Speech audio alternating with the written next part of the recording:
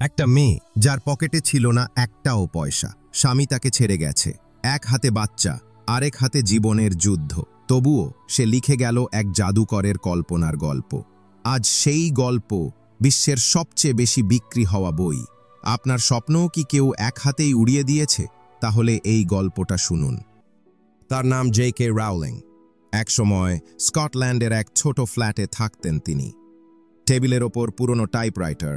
বাচ্চাটা ঘুমালে শুরু করতেন লেখা, লিখতেন হ্যারি পটারের গল্প।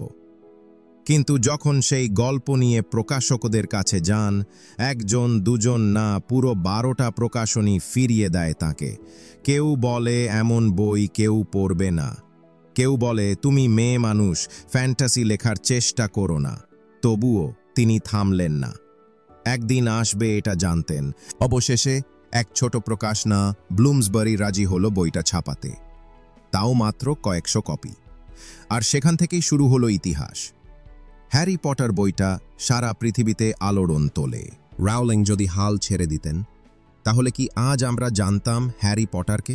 এই গল্প শেখায় রিজেকশন মানেই শেষ না, রিজেকশন মানে আপনি এখনও সঠিক দরজায় পৌঁছাননি। রাউলিং নিজেই বলেছিলেন, rock bottom became the solid foundation on which I rebuilt my life. মানে জীবন যখন একেবারে নিচে নামে, সেখান থেকেই উঠে দাঁড়ানো যায়। আপনার জীবনেও হয়তো কেউ আপনাকে নিয়ে হাসে, বলে তুমি পারবে না। তাতে কি?